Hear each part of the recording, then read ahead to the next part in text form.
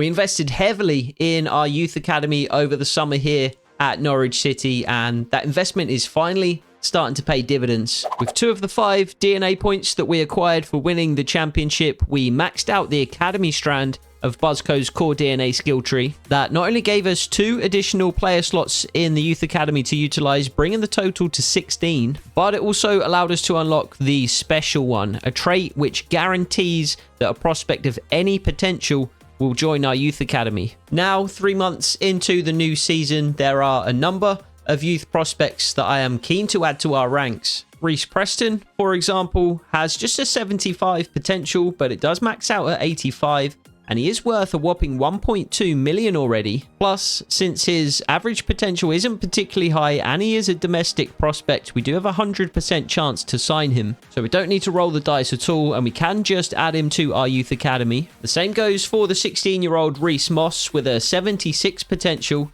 and a valuation just under $1 million. And the same goes also for George Garrett with a 78 potential, just a 325 valuation at this stage. But those prospect ranges on the right-hand side look pretty decent. In addition to the restrictions placed on individual prospects in terms of whether or not we're allowed to sign them, we are also restricted to signing only 6 prospects per scouting trip. So we may have to be a little bit more picky with those other 3 slots, since we have signed already 3 from our English scout. Over in America, though, our scout has unearthed some top talent. Paul Stewart has a massive 89 potential and a 775,000 valuation. Christian Davis has an 85 potential. He's valued at 550,000, but he is only 15 years old, while 17-year-old Mark Bennett has an 83 potential, but he's valued the highest out of all 3 prospects at 1.4 million. All 3 have an average potential too high for us to be able to sign. We have a 0% chance of signing any of them,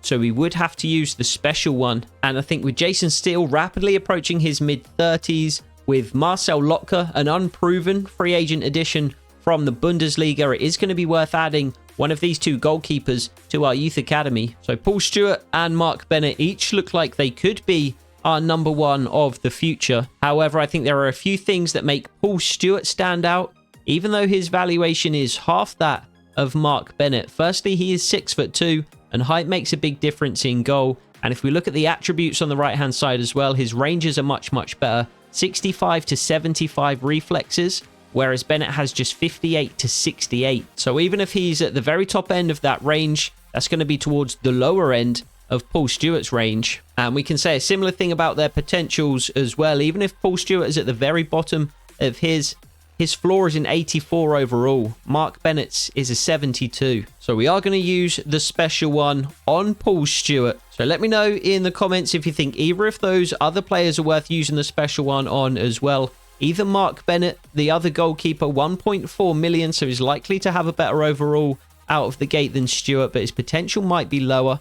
Or Christian Davis, 15 years old, technically gifted, doesn't really have a defined position at the moment. 77 to 94 potential, 550,000 is his valuation. And there aren't too many prospects in Denmark that look worth pursuing at this particular stage, but Tobias Jessen looks like he could be worth adding. He's worth 575,000 at this point. He just has an average potential of 71, but he is a 61 overall. He has 71 dribbling at just 15 years old. He has 1 to 3 play styles, but again, those low work rates that Johannes Thorup is going to hate so much. Reece Preston is by far the highest overall player that we signed at 64 overall, 18 years old. Low work rates again though, just 0 to 1 play styles. George Garrett looks like he could be a decent player at some point in the future. Just a 55 overall at the moment, but 68 to 88 potential, 73 pace. He has a high defensive work rate and 2 to 5 play styles.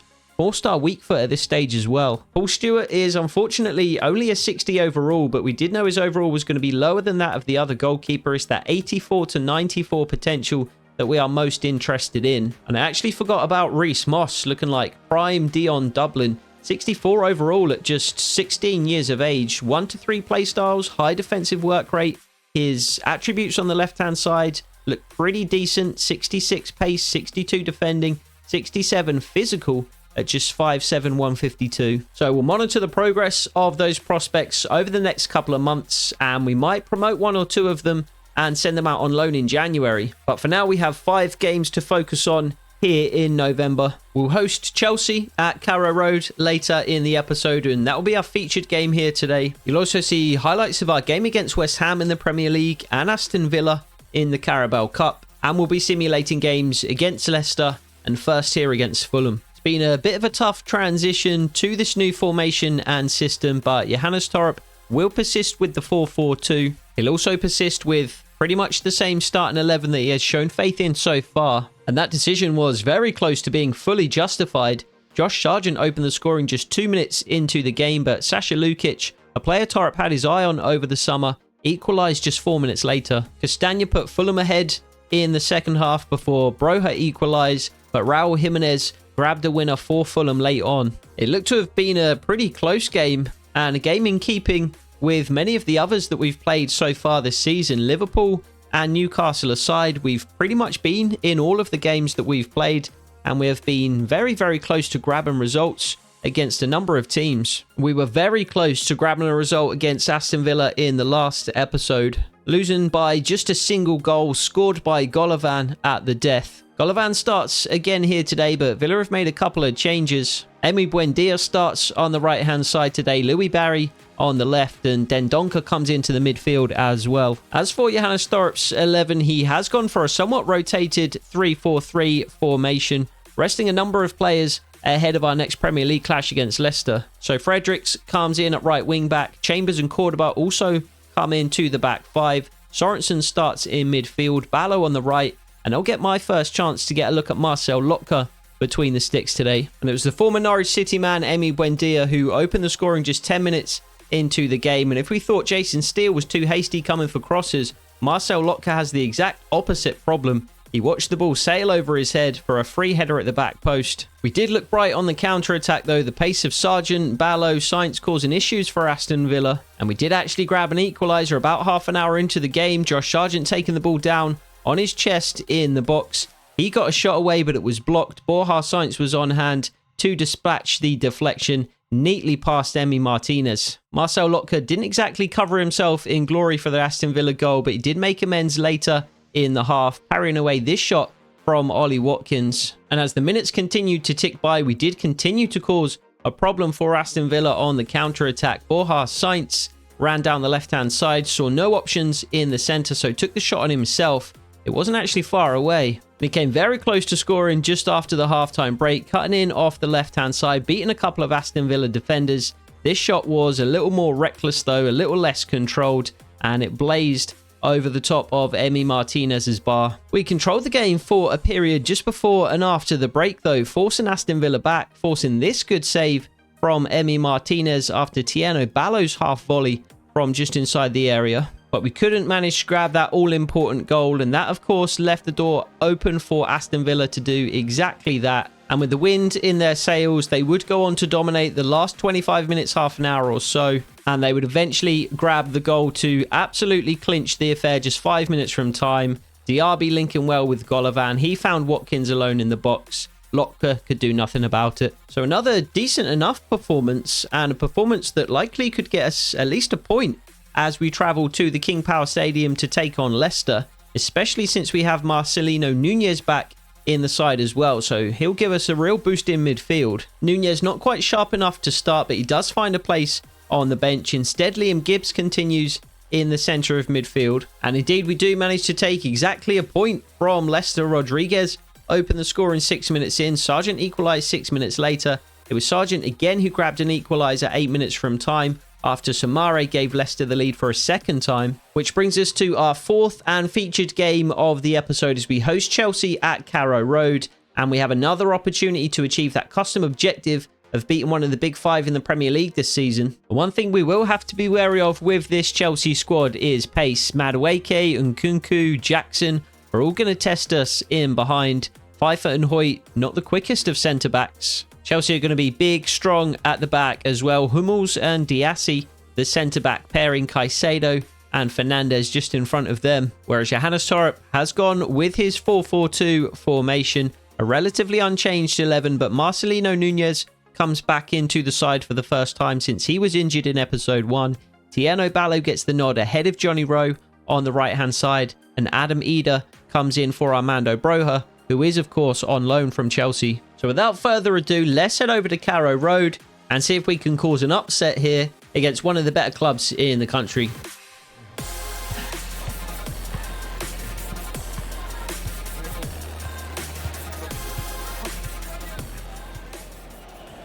So we are up in the commentary box at Carrow Road, and we are determined to get something from this game. And we could be off to a bright start here as Chelsea gift us the ball right from the kickoff. Tiano Ballo digging out a cross. Blocked from Chelsea though. And they will come away on the counter-attack. We are going to have to be very careful how exposed we leave ourselves for the likes of Nkunku, who has already exploited Patrick Pfeiffer in behind. That's a really poor header from Tiano Ballo. But Chelsea have pace in abundance in the forward areas with Nkunku, with Nicholas Jackson, with Noni Madueke. And I think it's going to be a very back and forth game today, as Borja Sainz breaks down the left-hand side. Josh Sargent in the box, can't get there. And headed clear by Chelsea before Adam Eder can reach the ball. There's Marcelino Nunez. I cannot explain how pleased I am to have him back. He's been such a big miss in the centre of midfield. As I said in a previous episode, we kind of not built this system around Nunez exactly, but very much had him in mind when we designed this system. That's such a poor pass, because, well done from Patrick Pfeiffer to break it up, because players like Lewis O'Brien, Marcelino Nunez, they're going to be what makes this system tick in the centre of midfield. And Nkunku, however, and there is Marcelino Nunez, not only dealing with the Chelsea attack, but forcing a goal kick rather than a corner. Sargent, as it said just there, is on 7 goals this season. A couple in the previous game certainly helped. And he's had an excellent campaign so far. Of course, he was the highest scorer in the Championship last season, as Nicholas Jackson tries to punish Patrick Pfeiffer's mistake. And we are really struggling to play out from the back with Patrick Pfeiffer in particular. That's why we have Lewis O'Brien on that free roll to pick the ball up from the likes of Patrick Pfeiffer. But I think even more so, it's our coaches and our lack of wing play coaches that are making it difficult to play at the moment. Because even things like that, Maris will fail to keep the ball in play there. I think the bonuses that you get from the coaches have such an impact on the game, because there's no reason Patrick Pfeiffer shouldn't be able to play a simple pass across the back. I know he's not exactly a ball-playing defender, far from it. But any professional footballer should be able to play a simple pass, 10, even 15 yards to a completely unmarked teammate. Marius Wolf shouldn't have run the ball out of play there. But we obviously aren't getting those boosts, those bonuses from having our coaches all match the tactical vision that we are playing this season. So until that is the case, I think we are going to really continue to struggle. Not only with things like movement, the way that we set up, the positions that players take up, but also just from their actual ability to pass and dribble. That's a great pass from Borja Sainz though. That's a good ball in from Toffolo. Again looking for Adam Eder. Nunez wins the header. Lewis O'Brien collects just outside the final third of Chelsea. And again, they're going to come away, this time on the right-hand side with Reece James. Adam Eder, of course, getting the start up front for us today. He's been pretty bright as a substitute in numerous games this season. And Armando Broja is, of course, on loan from Chelsea, so will not feature against his parent club. Nicely worked on this right-hand side. Adam Eder in space in the centre of the field. Harry Toffolo in space on the left. Just about keeps that in play and has to go backwards. Pressed by Cole Palmer. We had an opportunity there to break, but couldn't quite find a way through. Adam Eder finds Tiano Ballo. Finds Marius Wolf. This is exactly the position we want Marius Wolf in. Couldn't quite find Sargent on that occasion. Decent enough start here, though. We've looked the brighter side, I would say, through the opening 20 minutes of this game. Ambitious pass from Marius Wolf. Cut out easily by Chelsea. This has been the case a number of times this season already, though. I thought we looked the brighter side. How is that a free kick? How can that possibly be a free kick? We looked the bright side against Manchester United. And we, of course, took the lead against Manchester United with Adam Eder. But that didn't stop United coming back to equalise. We looked decent enough. We looked decent enough against Aston Villa in the last episode and almost took the lead. We were this close to taking the lead through Johnny Rowe late on. That didn't stop Aston Villa going on to grab a winner. And despite our bright start in this game, that hasn't stopped Chelsea from going on to find the opening goal. Nicely worked. Slipped into the path of Nicholas Jackson. First time pass back across the face of goal. And what do you expect Jason Steele to do about that? Absolutely nothing he could have done. But Christopher Nkunku opens the scoring for Chelsea. And we've been seeing this on a number of occasions already this season. We can huff, we can puff. We can have bright starts. We can have periods of pressure. But unless we put the ball in the back of the net and prevent the other team from doing the same, we're not going to be getting very many results this season. And so far today, we have failed to do each of those two things. Lewis O'Brien. Marius Wolf taking up another good position. Tiano Ballo the same. Space to cross. Eder at the back post. Headed clear by Chelsea. We've got good targets in the box to aim for in Sargent and Eder. But in Hummels and Disasi, Chelsea have equally good players to defend those kinds of positions. That's a poor pass. That one was on me, though. That one was on me. Just wanted to lay that into the path of Marcelino Nunez, and I got it all wrong. You definitely can feel on full manual when it's your fault and when it's the player's fault. You can tell if you're pointing in the right direction or not. Well cut out, Wesley Hoyt. And on that one, I certainly felt that I wasn't quite on point with the pass. Tiano Ballo lays it through for Adam Eder, who breaks forward.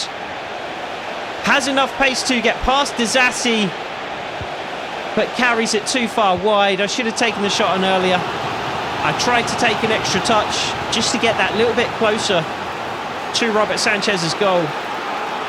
I should have taken the shot on earlier. I should have just gambled and got a shot on target at the very least. You never know what might happen. O'Brien.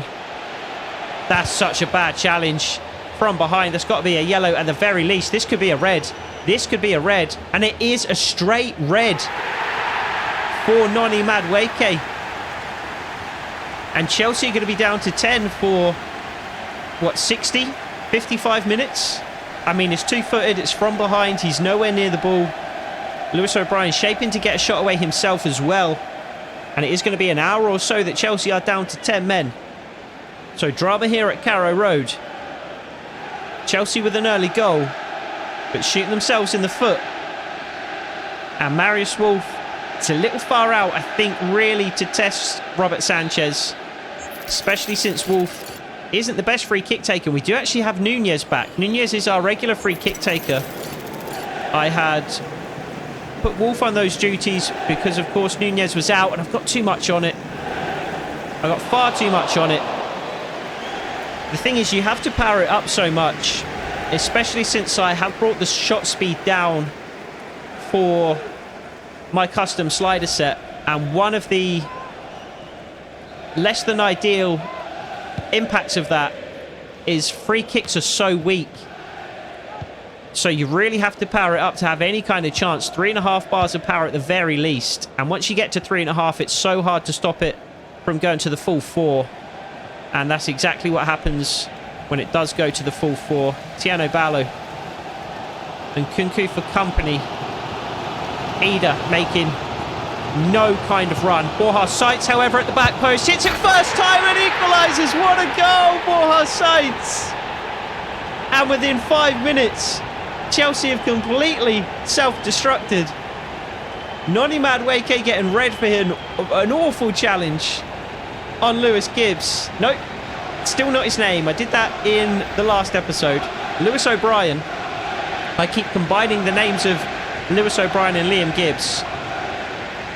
Sanchez probably should have done a little bit better with that. But a red card.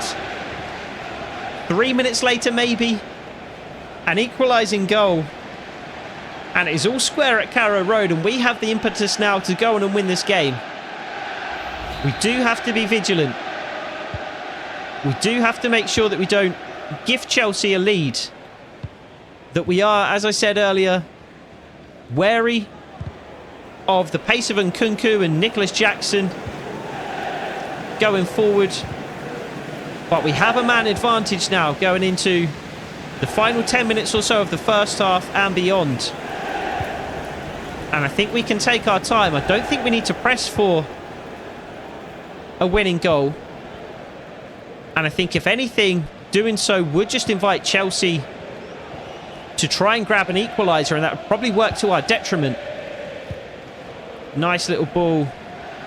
Cut out well by Patrick Pfeiffer. He's just going to look for Adam Ida, who wins the header. Can't quite lay it into the path of Tiano Ballo, though. I thought we were in there for a second. Reece James. Borja Sainz for company. Chelsea would be exposed if we managed to steal the ball away from him here. We don't manage to do that. Nicely worked. And now Fernandez. Nunez there to close him down. Initial challenge is good. Chelsea get the lucky bounce on this occasion. And it's a good save at the near post from Jason Steele. Harry Toffolo can't prevent it from going out for a corner. Despite being down to 10 men, I do of course expect Chelsea to continue to be a threat. Probably even to continue to dominate possession. But they should just hopefully be a little more exposed on the counter-attack with one fewer man to get back and defend. And Nkunku goes short, as does Sargent and Sainz. Sainz can't quite steal it away, though he was close to doing so. We're going to have to get out to the Chelsea attackers here. And we do. And Adam Ida collects from Jason Steele. And Borja Sainz is away on this left-hand side. Adam Ida drops a perfect pass into his path. And Reece James just does a really good job. Does well to hold his position and then just kind of ease Borja Sainz off the ball as he tries to cut inside. I think those are the kinds of quick counter-attacks we need to be looking for, though. Steele into the feet of one attacker, into the feet of another. Caicedo. That's another really good intervention by Patrick Pfeiffer, because that was another dangerous ball. And with 3 minutes of added time, already ticking away here. Tiano Ballo spotted Josh Sargent at the back post. Dealt with well again by Chelsea. We're just not having any real success down the flanks, whipping the ball in today. It's usually where we find most success. And again, headed clear. Sargent can't win it. One final attack for Chelsea, perhaps. But the referee has other ideas and blows his half-time whistle. So 1-1 at the break. And I think we continue in the exact same way in the second half. As I said, we've got the impetus now to go on and win this game, but we don't need to press too hard and open up space in behind for Chelsea to exploit.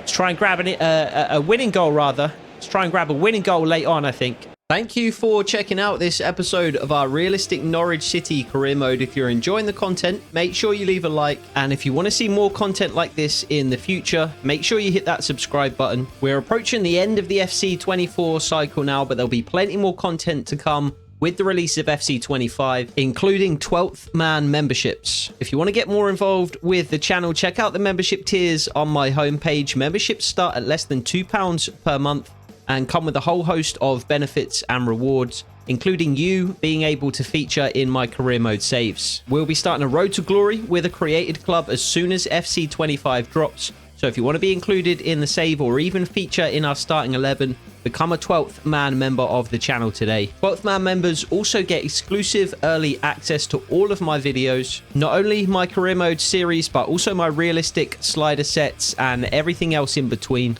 If you want more information about exactly what each tier involves, be sure to check out this video on my homepage. If memberships aren't for you, you can also join the public area of my Discord server, or just keep watching and enjoying the content for free right here on YouTube. As always, I appreciate all of your encouragement and support. Now, let's get back to the video.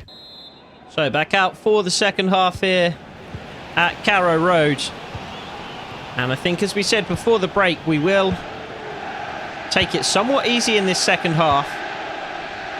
We won't extend ourselves too much and try and push too hard for a winning goal. For our sights, though. Can't find Tieno Ballo at the back post. He was probably a less than ideal target for that particular type of ball. We will try and pressure Chelsea when they are playing the ball across the back, though. You know, we have two up front for a reason. And if we can steal the ball away, force Chelsea into a mistake of some kind and grab a winner that way, I would be more than happy. We would, of course... I mean, I don't want to speak too soon. I don't want to jinx us. I don't want to talk about winning a game before we've even, you know, grabbed a winning goal, grabbed a lead to hold on to. But if we do beat a top 5 club this season, we do cross off one of those custom objectives. And we would get to grab a player from that club on a loan to buy. So maybe somebody like Carney Chukwuemeka would be a good candidate if we do manage to grab a goal and secure a win against Chelsea. Nunez! Back in the side. Back in amongst the action. Header inside the 6-yard box straight at Robert Sanchez. And it's well won by Wesley Hoyt. Adam Eder collects. Just too many defenders. Not enough Norwich City attackers to do anything with that particular opportunity. And Tieno Ballo is beaten all ends up by Marco Rui, who I believe is the new left-back for Chelsea. Fernandez through to Palmer. Wesley Hoyt and Nicholas Jackson grabs the goal to put Chelsea ahead. And this is why I didn't want to get too ahead of ourselves. We know that at any moment Chelsea will be able to break this game open again. And it's a good finish from Jackson. A lot of pace on the strike. It is at the near post. But I mean, there's a lot of pace on the strike and it is tucked just inside the post. Really, really good finish from Jackson. And I think now we will probably step up into our attacking game plan, because we've got nothing to lose now. We've got a man advantage and we're now 2-1 down. So why not throw everything at the game at this stage? When it was 1-1, you know, we could hang on and just try and grab a winner late, but I would rather lose 3-1 and go down swinging than, you know, just limp to a 2-1 defeat against a 10-man side. That was a decent enough ball in behind from Nunez, who has proven why I've missed him so much in this game already. Eder couldn't quite get the shot away, though.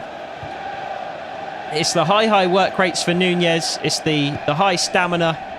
It's the, you know, balanced range of attributes. A true box-to-box type player. Eder blocked again. And it's going to be, I think, offside. Eder was offside from Sargent's shot. I wondered if he would be. But it did. Oh, my God. He's offside by his... not even his big toe, his little toe. It did allow me to control the ball with Ida and get the shot away, so I thought potentially we'd got away with that. But it was blocked again immediately after anyway. Nunez pressing. Chelsea playing through it really nicely. Jackson finds Fernandez, who finds Marco Rui on this left-hand side, who beats Marius Wolf. Jackson in the area. Stood up by Patrick Pfeiffer. Somebody come and help me. It's only so long I can stand Jackson up. Good block. Ballo into the path of Ida, who turns nicely.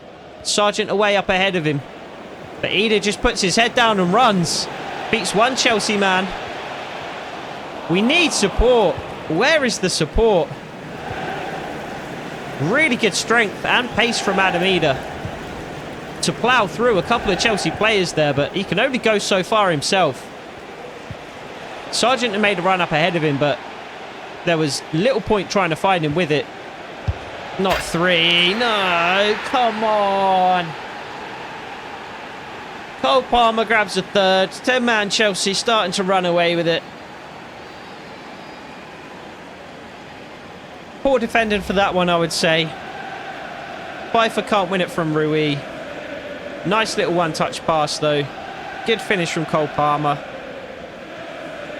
Tucks it past Jason Steele and the sliding effort of Harry Toffolo.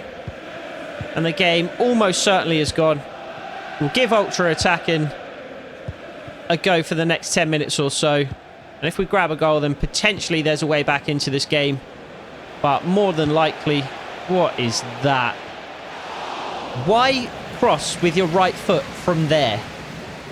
It made more sense based on the body shape to go with the left. It makes more sense contextually to go with the left. Yet Borja Sainz, for some reason, has tried to put that in with his right foot. And of course, it just bounces harmlessly to Sanchez. Marius Wolf just about keeps it in. Just about digs out a cross. It's to nobody. It's not clear, though. Sanchez just about gets it away. And if somebody could try and get this ball, that would be wonderful. Instead, we're just going to let it bounce and just let Nicholas Jackson have it instead. Two Norwich players there could have won that. Nunez finds Wolf. See, this is what I mean. That was pointed directly at Josh Sargent, and Wolf has failed to complete that simplest of pass. And that, I am pretty convinced, is the coaches. Because we have one silver and the rest bronze wing play coaches. And I really think that's having a big, big impact on our ability to play. Sanchez claims. Or our inability to play, rather. Because there's just no reason that that pass shouldn't have gone where I was pointing. And I said earlier in the first half, you can tell when the ball goes where you're pointing and when it doesn't. Or rather, when it's your fault. Whether you were pointing in the wrong place or whether it was some kind of, you know, the game having its way. And that time it was the game having its way. And it's the same there. I played that down the line. And instead it went inside. Toffolo. Nobody in the box to aim for. Nunez. No options. Marius Wolf on the right-hand side. Really good ball from Nunez. Still no options. Wolf finds space for a cross. Everybody's lined up on the edge, though. We're in our ultra-attacking game plan. Sargent pressing, trying to force a mistake, which he does. And we find Ida, who is just going to have to take a shot himself. And what a shot it is, and it cracks the bar. Left-footed shot from Adam Ida. He's done it with his left and with his right this season, to be fair. Don't think he has a particularly good weak foot. But you wouldn't have guessed that based on some of the things we've seen from him on his left this season. Toffolo. Ida headed clear by Chelsea. We'll stick in this ultra-attacking game plan, though, because it's causing issues for Chelsea. We'll make a change or two as we enter the last 10 or 15 minutes or so of the game as well. So just the two changes for Johannes Thorup. Both the fullbacks off. Johnny Rowe and Callum Chambers to come on. So we are, of course, in that back three in our ultra-attacking game plan. So Chambers will join Pfeiffer and Hoyt at the back. Rowe will join Sargent and Eder up front. And the corner will be headed clear comfortably by Chelsea, who are just going to look to, well, I was going to say, see out this game. Instead, they're going to look to grab a fourth goal. Jason Steele is going to prevent them from doing so. Patrick Pfeiffer forcing the shot at the near post. But Enzo Fernandez will take the corner for Chelsea. It's just going to be short. And it's going to be a good challenge from Callum Chambers, who hooks clear, but only to a Chelsea man. It's Disasi into the path of Cole Palmer. Lewis O'Brien putting him under pressure. Can't steal the ball away, though. Eventually we do get it clear into the feet of Josh Sargent. And that's another awful pass. Callum Chambers this time, as Rhys James comes off for Conor Gallagher, and Nunez is clutching at his shoulder. It's his first game back from injury. Come on, don't take him away again. Chelsea still looking to grab that fourth goal, not content with the 3. Steele to Eder once more. Johnny Rowe and Conor Gallagher filling in at right back. Surely we have the pace to beat Conor Gallagher. Apparently not. Apparently not. Apparently Conor Gallagher is as quick as Johnny Rowe. And it's well worked by Gallagher to find Jackson. And then on to Cole Palmer. Lewis O'Brien steals it away. And he will lay it into the path of Sargent on the right-hand side. Adam Eder in a really good position if we can find him. Disasi in an equally good position. Chelsea have just defended their box so well today. Oh, good challenge. Sargent once more. Sargent drives. Strikes from range. Not a bad effort. I mean, it's worth a crack with 2.5 minutes left on the clock. And few better options ahead of him. But anything we've put into the box today has just been dealt with so well by Chelsea. And it's kind of been the opposite at the other end. What they've created in our box has not been dealt with particularly well. Good challenge, Patrick Pfeiffer. Johnny Rowe can't beat his man. And it does look like we are going to limp to a disappointing 3-1 defeat. We had such a good first episode, and since then it's all been downhill. Chambers loses out. Thankfully we get the free kick. I think we'll make our last changes of the game, because why not? But we are already a minute into 3 of stoppage time. So, a couple of final changes for Johannes Thorup. Sorensen, Fredericks, Gibbs will come on. But the game is long gone. And we will just see out the remaining couple of minutes in front of the home fans. The disappointed home fans. And they have every right to be disappointed. Another perfect example. Why is he just passing that ball out of play? I swear to you, I didn't point at the cameraman. Every right to be disappointed after this one. But we will look to kick on in the final game of the episode, as we travel down to London to face West Ham. It's been a pretty dire episode so far, so hopefully we can end on a high. And hopefully we can wipe this performance, wipe this result from our memory fairly quickly and crack on in the next one. But less than stellar performance once more, to say the least. And that's actually 9 games without a win now in the Premier League. We are used to being on the opposite end of those kinds of streaks. 9 games unbeaten. But we have one final opportunity to break that streak in our final game of today's episode against West Ham. Nunez keeps his place in midfield. The back 4 remains unchanged. Johnny Rowe and Armando Broja come back into the side. This was yet another game where we failed to impose ourselves, however, and Jason Steele was called into action early and often in this one. Ed Naziri causing particular problems. And it was En-Nesyri that would open the scoring just before half-time, tucking the ball neatly into the far corner from inside the penalty area. Jason Steele furious with his defenders, and you can understand why. And it was much the same after the second half. En-Nesyri continued to cause problems, this time cutting in off the right-hand side, finding Lucas Paquetá.